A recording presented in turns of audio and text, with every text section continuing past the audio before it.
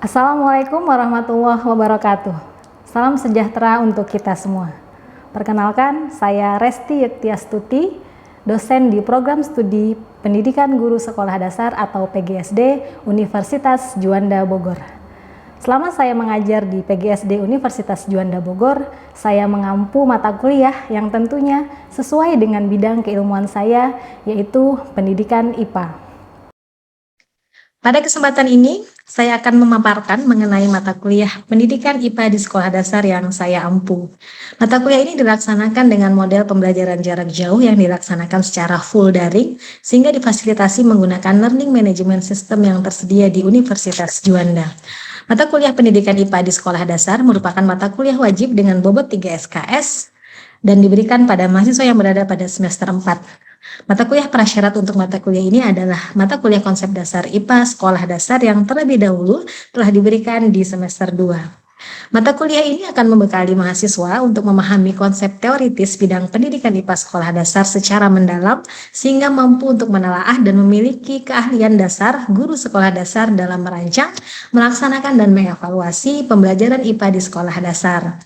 Setelah mengikuti perkuliahan ini, mahasiswa diharapkan mampu memiliki pemahaman yang komprehensif baik secara teori maupun secara empiris terkait pendidikan IPA di sekolah dasar. Adapun capaian pembelajaran mata kuliah atau CPMK untuk mata kuliah ini ada 6, di mana ke-6 CPMK ini mendukung ketercapaian visi dan misi program studi maupun visi dan misi Universitas Juanda.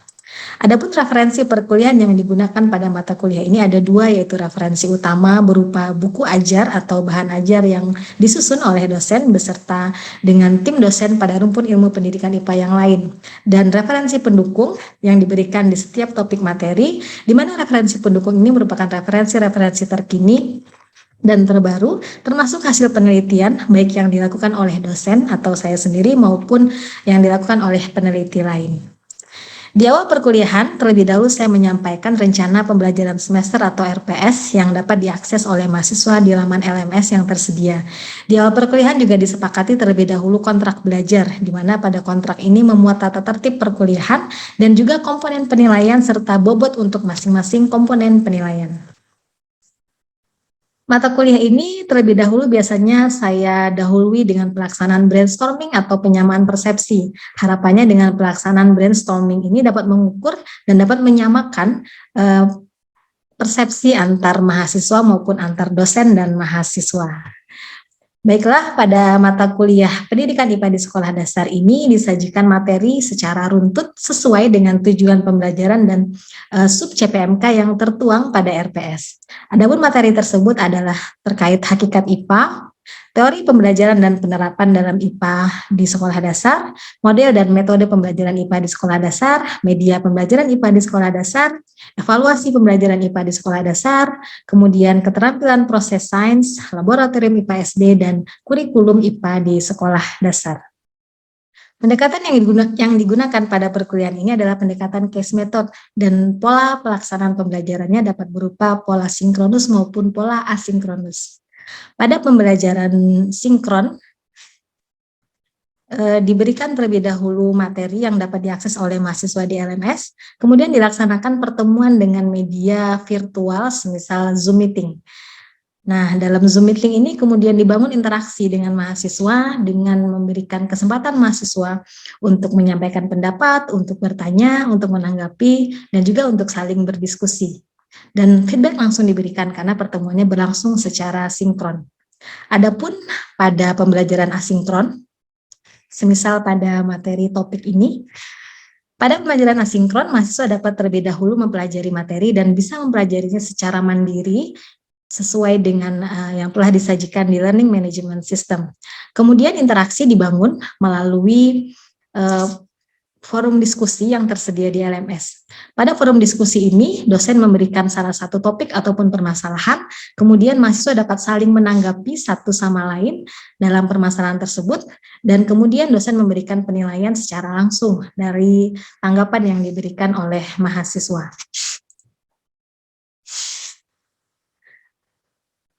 Adapun bentuk Interaksi yang lain adalah melalui grup WhatsApp yang tersedia, di mana pada grup WhatsApp ini mahasiswa dan dosen bisa saling berinteraksi untuk membahas terkait perkuliahan maupun sekedar untuk membangun keakraban antar mahasiswa dan dosen. Selanjutnya terkait assessment atau penilaian yang saya lakukan pada mata kuliah ini.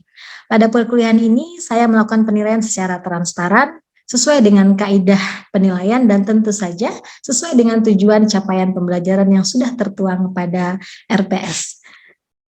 Bentuk penilaian yang diberikan dapat berupa penilaian klasikal maupun penilaian individu. Pada bentuk penilaian klasikal, biasanya saya menyampaikan pertanyaan terbuka kepada mahasiswa dalam pertemuan Zoom, kemudian mereka dapat menanggapi dan menjawab pertanyaan yang saya berikan. Bentuk teknik penilaiannya berupa dari pengamatan maupun dari observasi. Adapun untuk penilaian individu dapat saya berikan dalam beberapa pola. Yang pertama, pola yang sangat simpel berupa uji kepahaman yang biasanya saya berikan setelah pertemuan sinkronus. Mahasiswa perlu memberikan uji kepahaman yang sudah tercantum pada LMS. Adapun bentuk yang lain berupa penugasan. Beberapa penugasan yang saya berikan ditujukan untuk melatih high order thinking skill atau berpikir tingkat tinggi mahasiswa. Semisal pada topik ini, mahasiswa saya arahkan untuk menganalisis kasus yang saya sajikan, kemudian mereka dituntut untuk dapat menganalisis dan mengevaluasi kondisi tersebut, kemudian menyampaikan dan menuangkan hasil pemikirannya pada forum diskusi yang tersedia. Bentuk yang lain adalah semisal analisis jurnal maupun penuangan hasil pemikiran dalam bentuk tulisan, semisal pada materi berikut. Nah, mereka saya minta untuk menganalisis jurnal, kemudian hasil analisis tersebut dituangkan dalam bentuk extended abstrak atau abstrak yang diperluas. Dalam penyampaian tugas individu ini, biasanya saya membatasi waktunya untuk mengasah kedisiplinan dari masing-masing mahasiswa. Berikut adalah pelaksanaan pembelajaran yang saya laksanakan pada topik laboratorium IPA di sekolah dasar yang diselenggarakan secara sinkron melalui pertemuan Zoom meeting. Oke, baik. Bismillahirrahmanirrahim. Assalamualaikum warahmatullahi wabarakatuh. Waalaikumsalam warahmatullahi wabarakatuh. Alhamdulillahirrabbilalamin. Allahumma sholli ala Muhammad wa ala alihi washabihi wasallim. Rabbi shrahli sadri wa yassirli amri wa hlul 'uqdatam min lisani yafqahu qawli. Amin ya rabbal alamin. Alhamdulillah senang sekali Ibu sore ini berjumpa kembali dengan wajah-wajah ceria, wajah-wajah luar biasa ini soleh-solehah. Kok soleh sih ya? Solehah-solehah. Kita akan mau membahas hal yang menarik luar biasa, jadi mudah-mudahan semangatnya juga luar biasa. Oke, gimana kabarnya Nadila? Alhamdulillah baik Ibu. Alhamdulillah. Yolanda gimana kabarnya? Alhamdulillah baik Ibu. Alhamdulillah. Putri? Alhamdulillah baik juga Ibu. Kemarin kita sudah mengkaji terkait beberapa hal ya dalam pembelajaran IPA, dalam pendidikan IPA di SD maksud Ibu ya. Hari ini kita mau teruskan ke hal menarik lainnya nih. Apa nih kira-kira ya? Jadi mudah-mudahan apa yang kita pelajari ini memang menjadi bagian yang penting untuk kita kuasai sebagai bekal menjadi guru di sekolah, dasar, gitu ya. Oke, silakan akses ke menti.com. Kemudian teman-teman lihat ini. Oke. Ibu kopikan linknya di kolom chat ya. Jadi bisa langsung ke menti.com lalu masukkan kode 6173 6150 atau langsung klik yang ada di kolom chat. Warna apa yang kira-kira menggambarkan perasaan teman-teman semua saat ini? Oke, ada yang biru. Ada 2 orang nih yang biru. Oke, ada 3 orang yang merasakannya hari ini rasanya kayaknya seperti biru gitu. Oke, ada 4 orang. Wah, luar biasa. Apa yang menggambarkan perasaanmu saat ini? Oke, ada yang hijau, ada yang kuning. Yang paling banyak memilih warna biru. Ibu mau tanya, siapa yang memilih warna biru? Salah satu orang. Kenapa memilih biru? Aku milih warna biru Bu. Ya, kenapa Nadilah memilih warna biru? Karena suka aja sama warna biru. Terus cuacanya juga suka. cerah. Biru. Oke, jadi cerah ya. Mudah-mudahan mewakili perasaannya yang juga cerah ya. Aku kuning, Bu. Oke, kenapa milih kuning, Ainun? Kayaknya tuh dasar buat bisa kemana aja gitu. Asik. Karena kuning kan bisa dicampur, kalau pakai ini jadi biru, kalau jadi itu jadi hijau gitu. Oke, alhamdulillah, masya Allah, luar biasa ilmiah sekali jawabannya, Ainun ya. Jadi dasar warna kuning kita bisa mencampur dengan warna lain, bisa menjadi warna apa saja. Oke, terima kasih Ainun. Jadi mudah-mudahan dasar kuningnya ini bisa menjadi semangatnya juga ya di hari ini. Oke, kita next. Nah, sekarang teman-teman lihat gambar ini. Apa yang terfikir jika melihat gambar ini? Lihat gambarnya? Terlihat, Bu. Oke, silakan ditulis. Apa yang terfikir ketika melihat gambar ini? Oke, yang terfikir penelitian. Yang terfikir lagi meneliti. Apalagi yang lain? Mungkin tempatnya atau alatnya.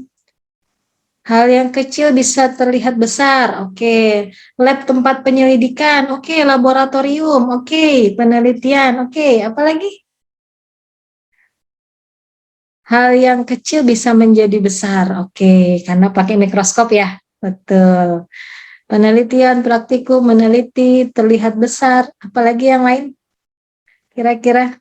Jadi ini Ibu ambil yang terbesar ya. Ada yang ambil penelitian, ada yang menyatakan kalau melihat ini yang terfikir adalah praktikum, dan yang lain lagi adalah laboratorium. Nah, ini juga lumayan banyak yang menjawab lab. Oke, jadi hari ini kita akan bahas tentang laboratorium. Terlihat di slide-nya? Oke, Terlihat. sudah terlihat? Oke. Terlihat, Bu.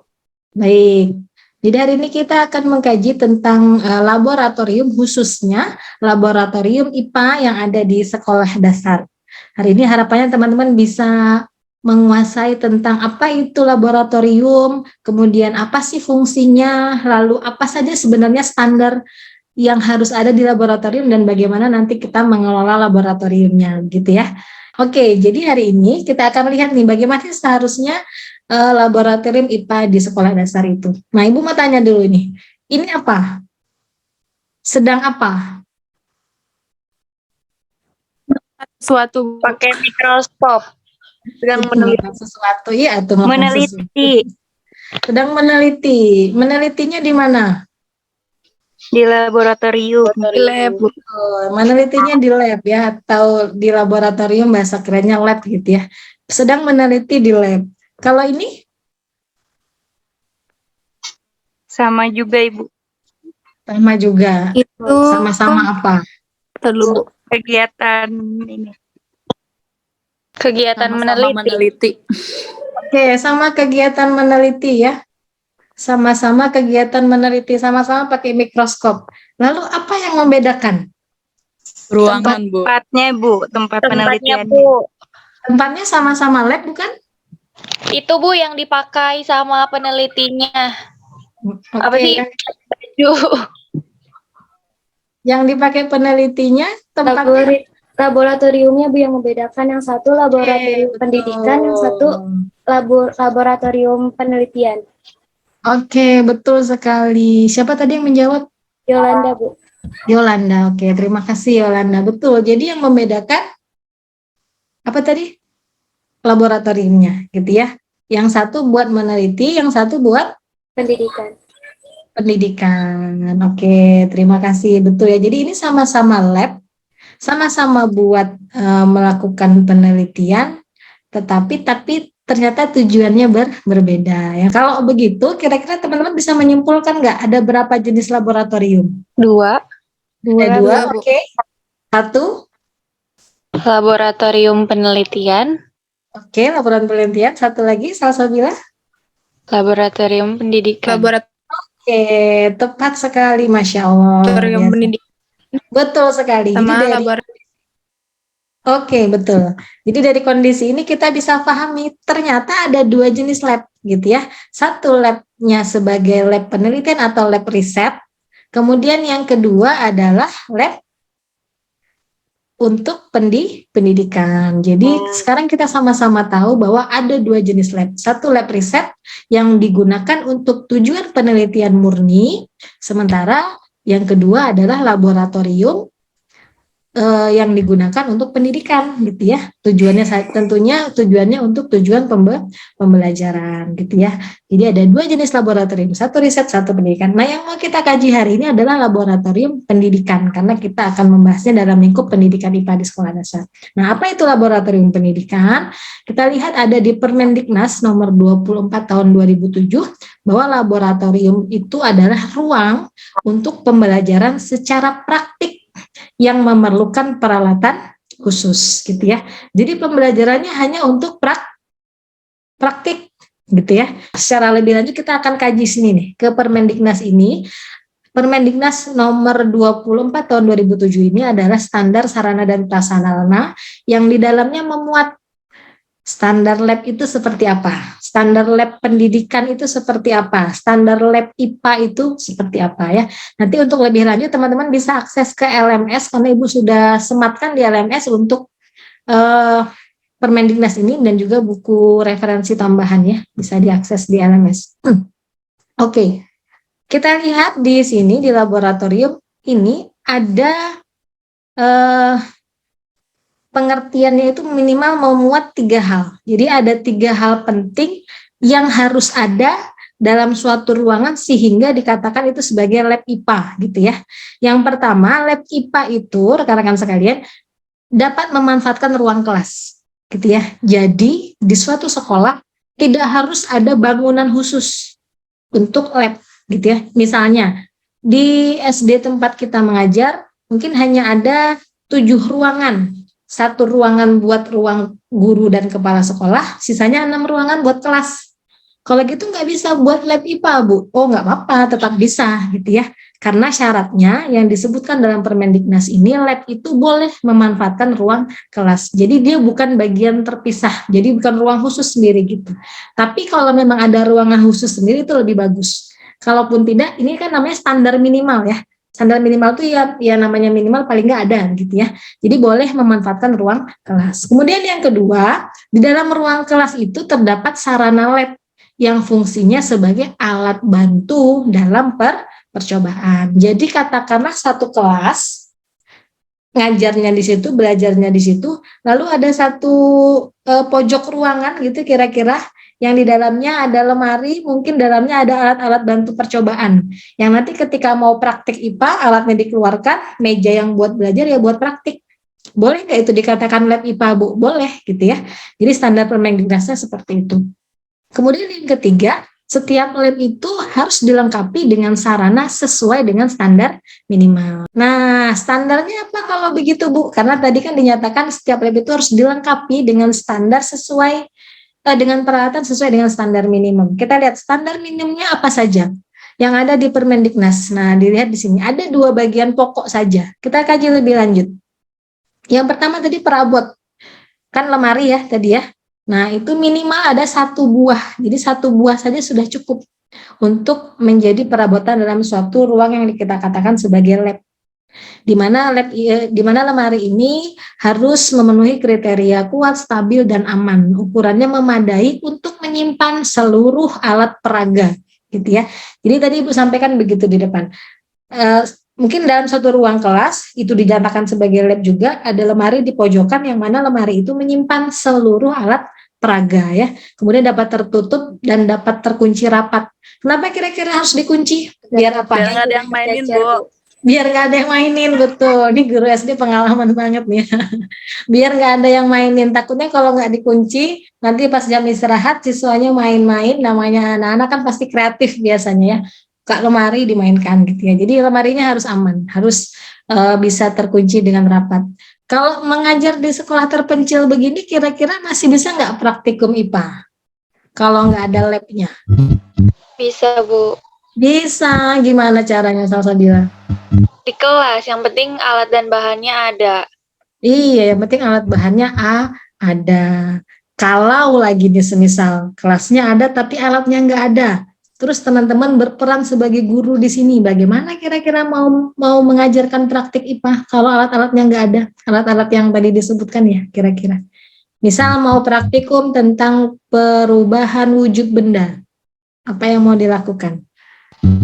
Bisa langsung pakai itu Bu. Pakai medianya, Bu. Iya, pakai media. Pakai media, pinter banget. Berarti gurunya bisa kreatif ya, menyediakan alat-alat yang mungkin bisa tetap kita pergunakan dalam praktik, gitu nggak? Gitu nggak, Ainun?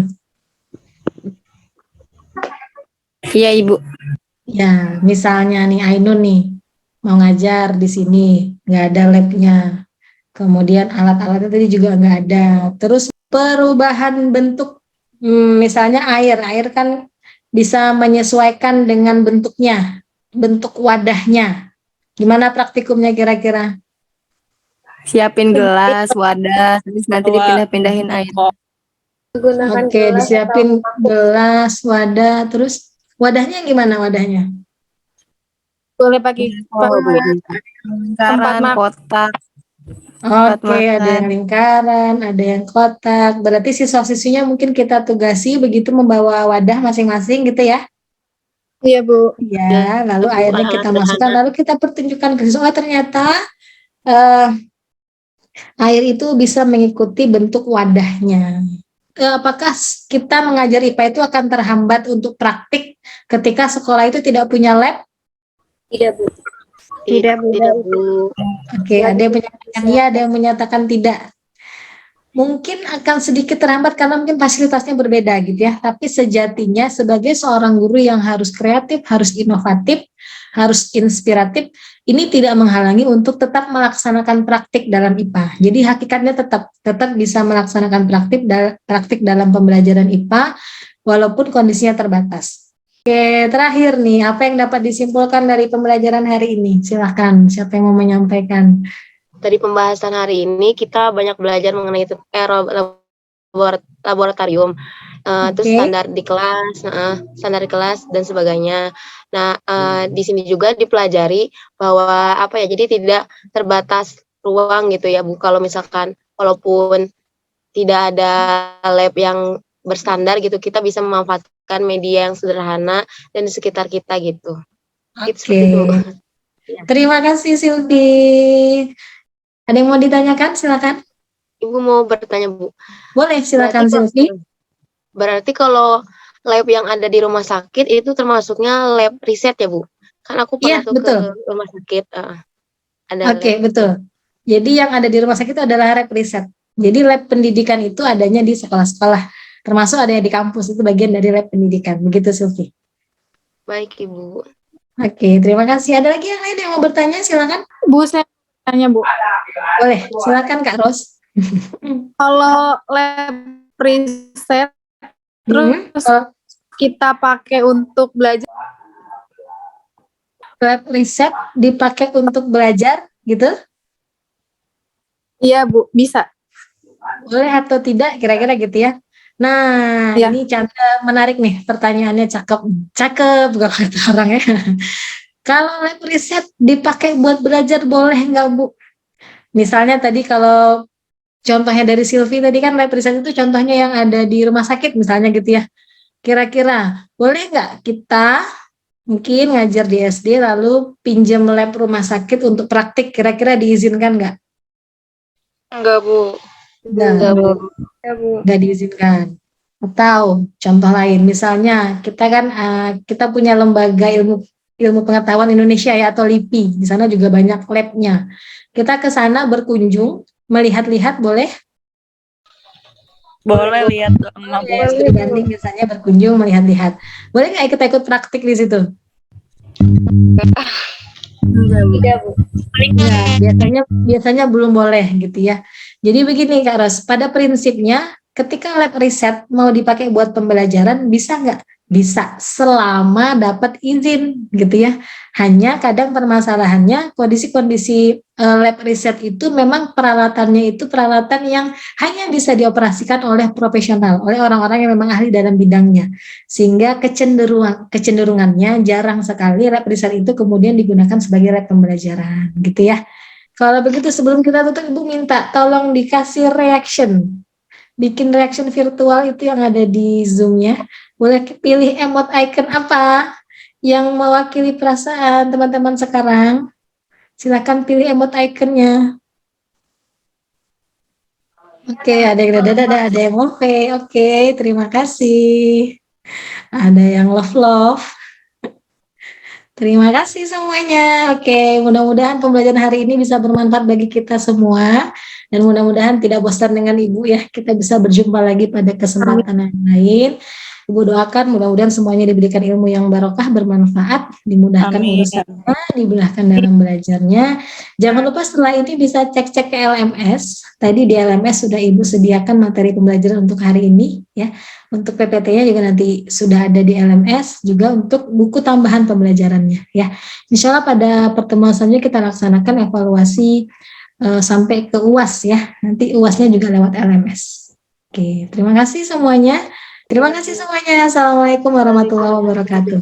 Waalaikumsalam warahmatullahi wabarakatuh. Terima kasih, Bu. Demikianlah pemaparan mengenai pelaksanaan pembelajaran dalam mata kuliah pendidikan IPA di sekolah dasar. Semoga apa yang telah dipaparkan dapat memberikan manfaat. Terima kasih. Assalamualaikum warahmatullahi wabarakatuh.